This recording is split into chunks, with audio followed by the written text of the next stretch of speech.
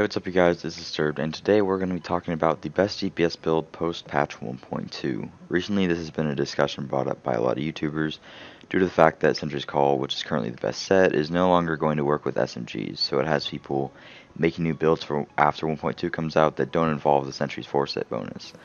I understand where these videos are coming from, but honestly they're kinda counterproductive. We don't know what the best build is because for all we know, there could be rebalancing on Striker's Battlegear, they could be buffing Path of the Nomad, doubtedly, but might as well bring it up. Or the new gear sets could potentially take over everything and, be the best gear sets to get. Nobody really knows because it's not patch 1.2 yet.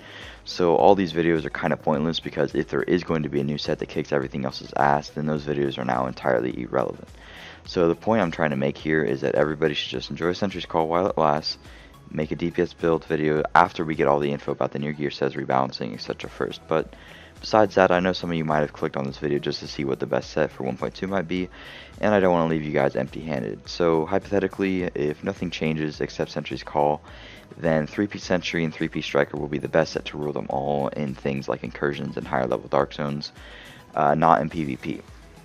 The reason for this is that you're getting a bunch of bonuses from Striker and Sentry. From Striker, you're getting like 20% enemy armor damage and 50% critical hit damage, which is really good for SMG builds, and the enemy armor damage is really good against just any NPC that you're killing. And for Sentry, you're getting 30% extra headshot damage and 20% extra damage to elites.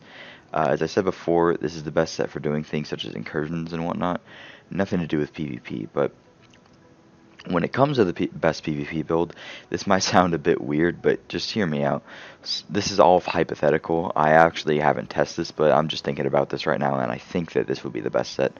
I could test it more, but just thinking about it, this sounds like the best. So, since Reckless is being fixed, using it will cause you to do more damage, but take more damage, and people are already getting melted in the Dark Zone as it is, so it's best that you stray away from that. Also, since Sentry's Call won't work with SMGs anymore, and SMGs are primarily a weapon of choice in the Dark Zone, you'll stay away from that too. So now you're left with Striker's Battlegear, Savage Gloves, and everything else. Personally, I think that 3P Striker, Savage Gloves, and 2P Tactician's Authority is a good setup.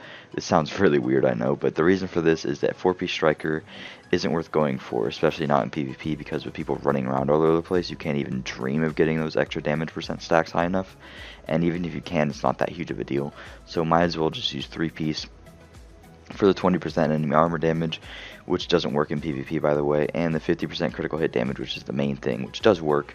And the reason you're rolling with Savage Gloves is because the extra 14% critical hit chance is huge when fighting against players in the Dark Zone, especially since you have an extra 50% crit damage from the 3P Striker, so then you're stacking crit damage and crit chance and doing a shitload of damage, especially when you're using an SMG. And the reason you want Tactician's Authority is just simply because there's really nothing else to fill in the gaps. Like, Path of the Nomad is pretty ass, and there isn't really any high ends that are that great. So for the 2-set bonus, you can get an extra 4k skill power, which isn't the best, but it's helpful for using your pulse or your first aid in PvP. Obviously, these are all hypotheticals, as I said before, and I'm not going to contradict myself by making a separate video for these and going super in depth. I just thought that I might bring it up, the subject, for those of you that are curious what the best thing will be, just in case all these new gear sets are a complete ass or something like that.